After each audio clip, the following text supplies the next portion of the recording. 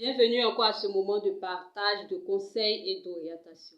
Aujourd'hui, nous parlons d'un sujet tout aussi important qui est la consommation de stupéfiants en milieu familial. Quelles sont les conséquences que cela peut entraîner dans le tissu familial, sur l'individu et sur toute sa famille? Et c'est de ça qu'il s'agit aujourd'hui. Généralement, lorsque nous parlons de consommation de stupéfiants, on voit le plus souvent la consommation d'alcool ou de la prise de la cigarette.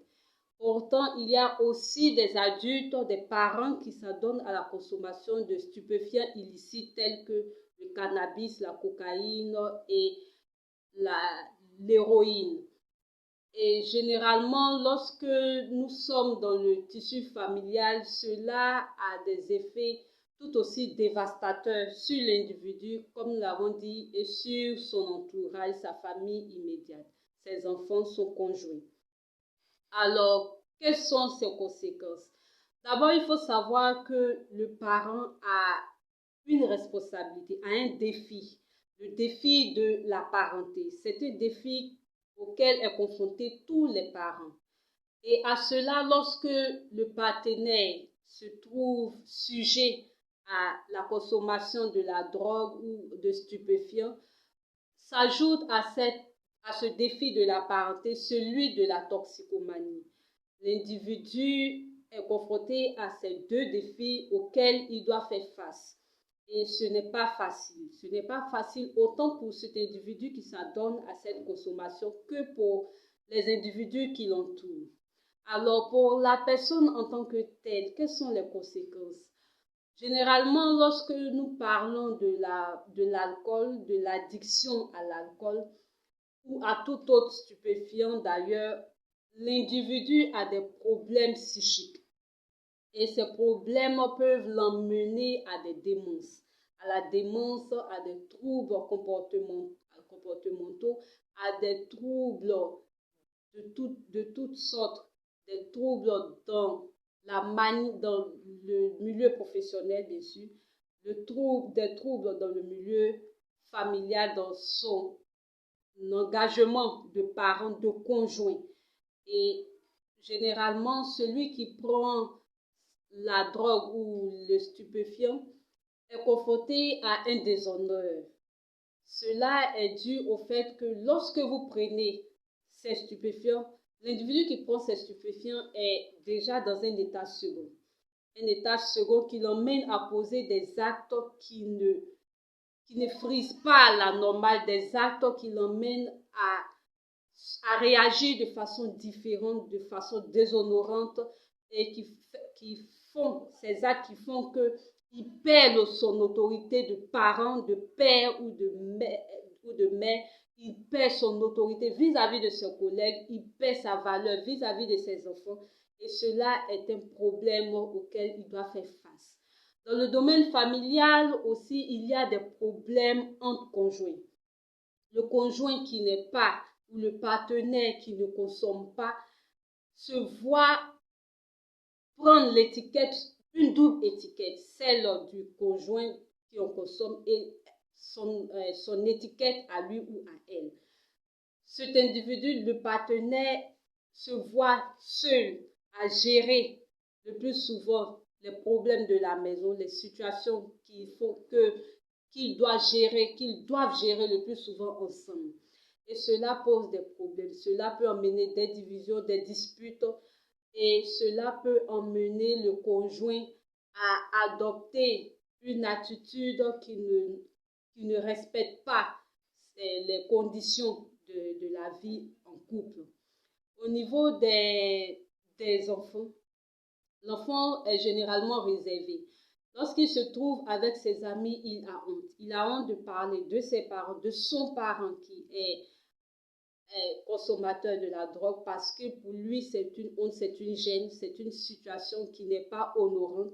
L'enfant se voit réservé, l'enfant se voit à part parce qu'il ne peut pas parler de son père ou de sa mère parce que ce dernier ou cette dernière ne présente pas une image exemplaire, une image de père, une image de parent exemplaire. Et le plus souvent, l'enfant est confronté à des échecs scolaires.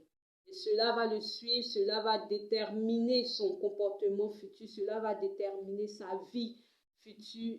Et l'enfant peut se retrouver en marge durant toute son adolescence et durant son âge adulte. En tant que parents, nous avons cette responsabilité d'être les éducateurs, d'être les piliers pour nos enfants. Et lorsque nous sommes confrontés à ces problèmes d'addiction, il faut déjà reconnaître son état. Il faut en parler. Parler est le premier remède qui va emmener à la guérison, qui va conduire à la guérison. Mais d'abord, il faut reconnaître son état de toxicomane, reconnaître son état de drogué ou reconnaître son état d'alcoolique. Pour le conjoint, ce n'est pas facile. Ce n'est pas facile de gérer tout en même temps. Ce n'est pas facile d'être en même temps le père et la mère parce que le conjoint ou le partenaire s'est adonné à la drogue et ne pouvant plus répondre normalement à ses obligations.